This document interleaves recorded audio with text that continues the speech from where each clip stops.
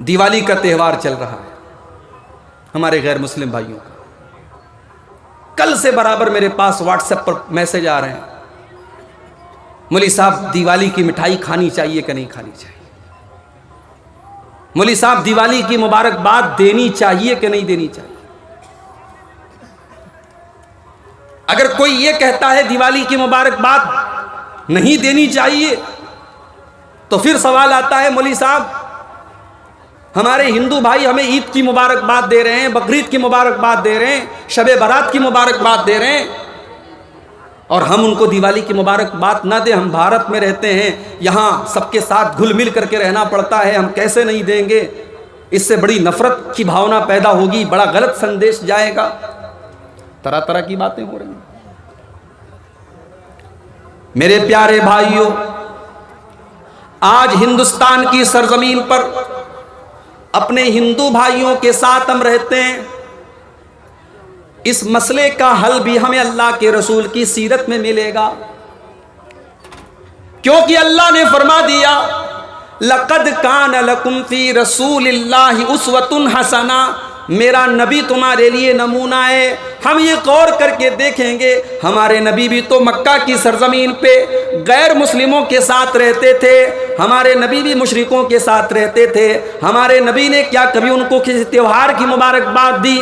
क्या कभी उनके किसी त्यौहार की मिठाई खाई? क्या कभी आपने उनके किसी पर्व पर, उनके किसी त्यौहार पर उनको शुभकामना दी? जब हम नबी की सीरत उठा के देखते हैं, पता ये चलता है अल्लाह के नबी जब मक्का में गैर मुस्लिमों के साथ रहते थे, आप उनके सुख दुख में उनके काम आते थे, उनकी परेशानियों को दूर करते थे, उनके साथ अच्छा सलूक करते थे। मगर जब मसला इस्लाम का आ जाता था, मगर जब मसला तौहीद का आ जाता था, मगर जब मसला ईमान का आ जाता था, अल्लाह के नबी कोई कॉम्प्रोमाइज नहीं करते थे। एक बार मक्का के मुशरिकीन आपके पास आए, कहने लगे ऐ मोहम्मद छोड़ो ये नफरत की बातें, तुम कहते हो एक अल्लाह की इबादत करो, हम कहते हैं 360 बुतों की इबादत करो, चलो हम एक समझौता कर लेते हैं, एक दिन तुम हमारे माबूद की इबादत करो, एक दिन हम तुम्हारे माबूद की इबादत करेंगे, एक दिन हम भी ला इलाहा इल्लल्लाह पढ़ लेते हैं, और एक दिन तुम भी हमारे लात के सामने, हमारे हुबल के सामने, हमारे उज्जा के सामने तुम सजदा करना शुरू कर दो। ऐ मोहम्मद आओ समझौता कर लेते हैं, तुम हमारे माबूदों की इबादत करो, हम तुम्हारे माबूद की इबादत करते हैं।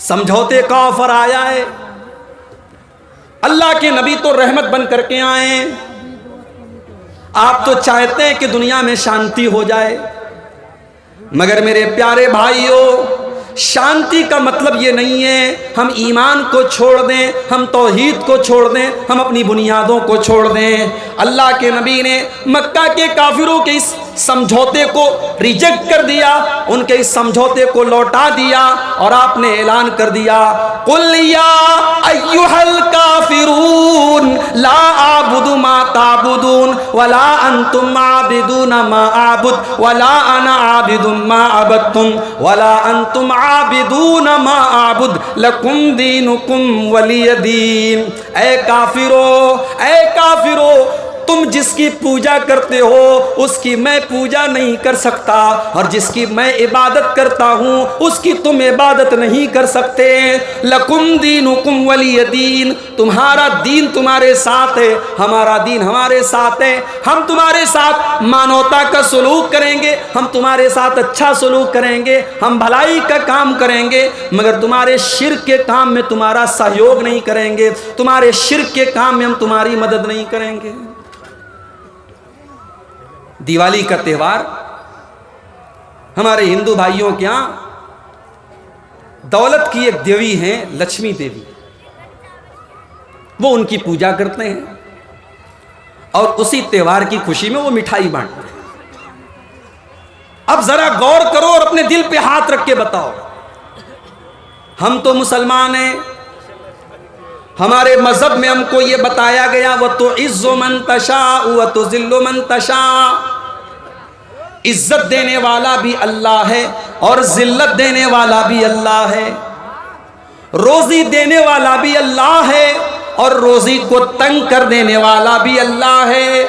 औलाद देने वाला भी अल्लाह है और औलाद से महरूम करने वाला भी अल्लाह है। मेरे प्यारे भाइयों, एक मुसलमान कभी ये अकीदा नहीं रख सकता कि दौलत किसी देवी देवता के ज़रिए मिलती है, इल्म किसी देवी देवता के ज़रिए मिलता है। इस्लाम की नज़र में ये शिर्क है और ये दुनिया का सबसे बड़ा पाप है। इस्लाम की नज़र में अगर कोई इल्म और दौलत के लिए किसी की पूजा कर रहा है, अल्लाह को छोड़ करके किसी की इबादत कर रहा है, इस्लाम की नज़र में ये सबसे बड़ा अपराध है, सबसे बड़ा पाप है। और इस्लाम ये हमसे कहता है अगर हो सके तो उसको रोक लो शिर्क करने से, अगर रोक नहीं सकते तो तुम उसको ज़ुबान से मना करो, अगर ज़ुबान से मना नहीं कर सकते तो कम से कम दिल से बुरा जानो। अब मेरे नौजवान साथियों, जो तुम फेसबुक के ऊपर हैप्पी दिवाली और दिवाली की शुभकामनाएं दे रहे हो, तुम अपनी गर्लफ्रेंड की वाल पे जाकर के, उनके व्हाट्सएप के स्टेटस पे जाकर के तुम मुबारकबाद उनको दीपावली की दे रहे हो। अब ज़रा अपने दिल पर हाथ रख के बताओ, जब तुमने दिवाली की मुबारकबाद दे दी और तुमने दिवाली की मिठाई खा ली तो तुम उस शिर्क को कहाँ तुम दिल से बुरा जान रहे हो? अगर तुम दिल से बुरा जानते तो उसकी मुबारकबाद न देते, तुम दिल से बुरा जानते तो उसकी मिठाई न खाते। ये बड़ी अजीब बात है। लोग कहते हैं भाई इतने सख्त मत बनो। भाई हम सख्त बनने की बात कहां कर रहे हैं?